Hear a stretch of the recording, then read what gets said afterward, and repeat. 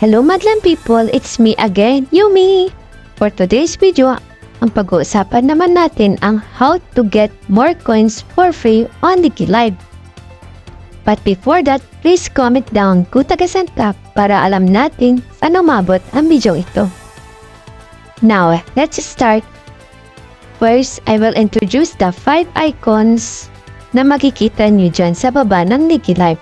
First, Live. Nandyan ang follow, mga na-follow mo na naka-live. Featured, dyan makikita kung sino mga host ang featured at nasa top post. Then, makikita nyo din dyan ang live button kung saan ka pwede mag-start ng live mo. Next, post. Makikita nyo dyan ang follow, for you, and video. Nandyan mga post moment na mga host. Kung gusto mo din mag-post, makikita mo dyan ang plus button, pindutin mo lamang ang plus button, then choose between album, camera, video, and add a creative caption. Third, club. Make sure you have joined club para makita mo kung anong mga tasks ang pwede mong gawin. Makikita mo yan sa daily rewards. Members, kung ilan ang members sa club na sinalihan mo. Honor wall, yan naman kung anong label na ang club. Fourth, messages. Sa message, dyan nyo naman makikita ang 3 important messages. First, club message.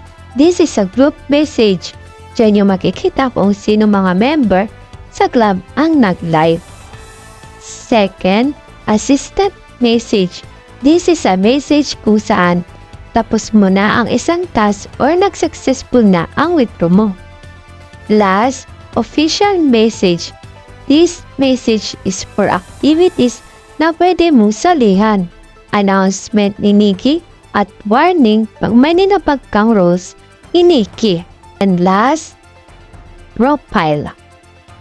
Dito naman makikita ang coins na nakuha mo sa tasking na pwede mong gamitin sa play games. Beans na naipon mo galing sa gift and tasking. Tasks, activities at help center ni Nikki kung saan pwede kang mag-report o humingi ng tulong. Next, let's talk about ways to earn coins on Nikki. You can earn coins by completing tasks and joining events on Nikki. I will give you sample. Random picky events. You need to complete the required task sa random para manalo ng 10,000 coins or you can read the mechanics para alam mo kung anong gagawin mo. Let's go to the purpose and value of coins. Ang value ng coins is pwede mo siyang gamitin sa play games and win or mag-send ng gifts or lucky gifts. Now, I will give you a tips on how to quickly accumulate coins. First, completing tasks. I will give you a sample in daily tasks. If you can see, nandyan ang post, moment, and get featured. Kapag na-featured ang post mo, magkakaroon ka ng rewards na 1,000 coins. Kaya mag-post ka with a creative caption para mapansin nila ito. Second, joining Nikki events. Once na nag-join ka sa events ni Nikki, laging basahin mabuti ang mechanics para manalo at makatanggap ng rewards. Marami diyang mga activities or events na nilalapag ni Nikki. Makikita mo yan sa activities. Play games and win para mas malaking coins ang iyong makukuha. Pumili ka dyan kung anong gusto mong laruin. Fourth, send lucky gifts. Send lucky gifts to your friends para manalo ng coins. I hope you get turned about Nikki Live apps. So if you have any question, just post on this comment section below.